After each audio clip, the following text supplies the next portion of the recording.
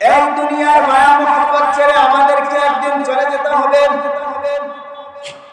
দুনিয়াতে যদি কোনো ভাই একটু ভালো মন্দ ধনী হয়ে যায় আর তার পিছনে আমরা এমন ভাবে প্রতিযোগিতা করি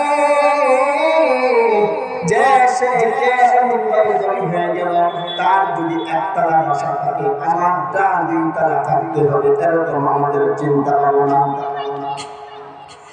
কারণ যদি একতলা বাসা থাকে তার দুইতলা বাসা চাই, কারণ যদি 1 বিঘা সম্পদ থাকে তার 2 বিঘা সম্পদ চাই।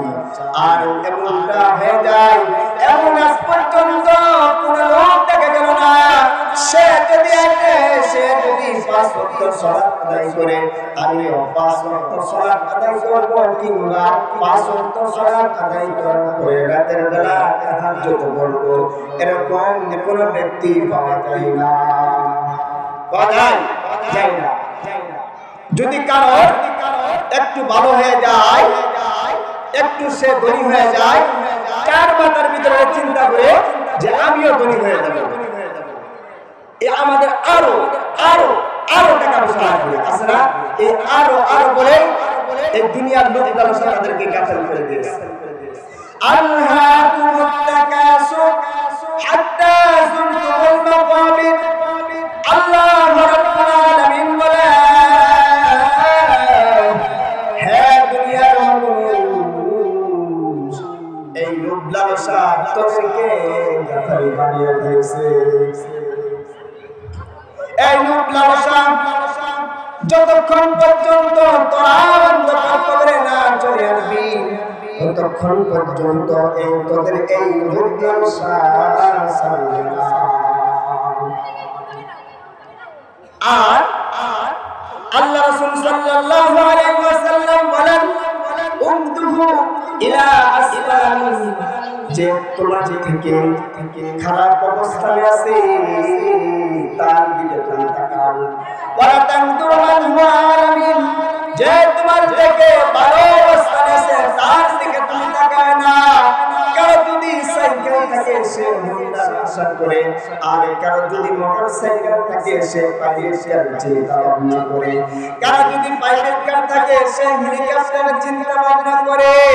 এলাকার মেম্বার চেয়ারম্যান হতে চায়, চেয়ারম্যান সাহেব এমপি হতে চায়, এমপি সাহেব মন্ত্রী হতে চায়, আর মন্ত্রী সাহেব প্রধানমন্ত্রী হতে চায়।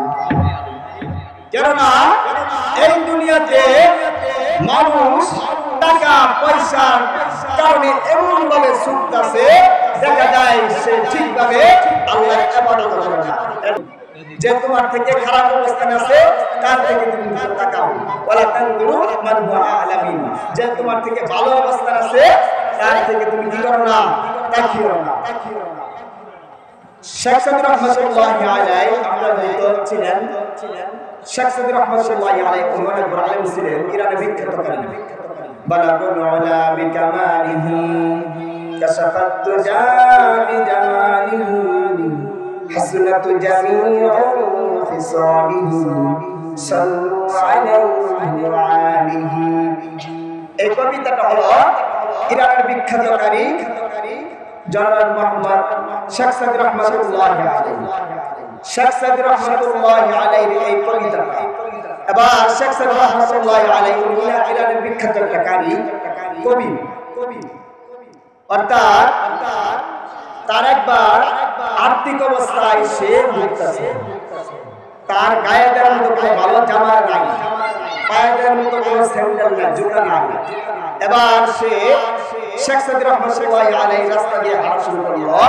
হাঁটতে হাঁটতে মনে করে ঢুকতে যে আমি ইরানের বিখ্যাত কারি কবি, আর আমার পায়ে দেওয়ার মতো কি নাই, জুতা নাই। এবার তিনি মনে অনেক দুঃখ নিয়ে রাস্তা দিয়ে হাঁটা শুরু করলেন। এবার হাঁটতে হাঁটতে হাঁটতে হাঁটতে কিছু দূর যে দেখলো একটা ভিক্ষুক শুয়ে আছে, তার দুটো পাই নেই, তার দুটো কি নাই, পাই নাই। সঙ্গে সঙ্গে শেখ সাদী রহমাতুল্লাহি আলাইহি সঙ্গে সঙ্গে আল্লাহর কাছে সিজদা করে গেলেন, আল্লাহ শুকর আলহামদুলিল্লাহ, যা দিয়েছো শুকর আলহামদুলিল্লাহ। শেখ সাদী রহমাতুল্লাহি আলাইহি তার পায়ের ভিতরে জুতা ছিল না, আর কিছু সে যাই দেখলো একটা ভিক্ষুক শুয়ে আছে, তার পায়ের যে অংশ হাঁটু পর্যন্ত ছিল সে এমন ভাবে চলাফেরা করতে পারত না, দাঁড়াতে পারত না। তার জন্য আল্লাহ আমাদেরকে যাই দিয়েছেন, যাই কিছু দিয়েছেন, সেটাই আমরা শুকর আদায় করার চেষ্টা করব ইনশাআল্লাহ। সম্মানিত হাজিরিন, আল্লাহ তাআলা যে আপনাকে আমাকে সৃষ্টি করেছেন, এই সৃষ্টি করার পরে আমরা দুনিয়াতে এমন ভাবে ছুটতাছি, এমন ভাবে টাকা পয়সা, এমন ভাবে আমরা যে দৌড়াইতেছি, এই দৌড়াইতে দৌড়াইতে আমাদের জিন্দেগি কিন্তু শেষ হয়ে যাচ্ছে। শেষ হয়ে যেতেছে না? অবশ্যই। প্রথমে আপনার ছিলেন কি শাবাব, পরে যখন বয়স হয়ে গেল কামাই করা ধরলেন, টাকা পয়সা কামাই করা শুরু করলেন, পরে বিয়ে করলেন, ছেলে হলে বিয়ে হলো, বিয়ে দিলেন না, বিয়ে নাই না দিলেন, মুখ দেখলেন। আর কত বয়স? অনেক হয়েছে। এবার আল্লাহর দিকে ফিরে আসুন। সম্মানিত হাজিরিন, আল্লাহ তাআলা যে আমাদেরকে সৃষ্টি করেছেন, প্রত্যেকটা মানুষকে একত্রিতভাবে সৃষ্টি করেছেন। এখানে কিন্তু যারা আপনারা আছেন, আপনাদের কিন্তু সকলের মাথা কিন্তু এক না, কারো একটু রাগ বেশি, কারো একটু রাগ কম, তাই না? এরকম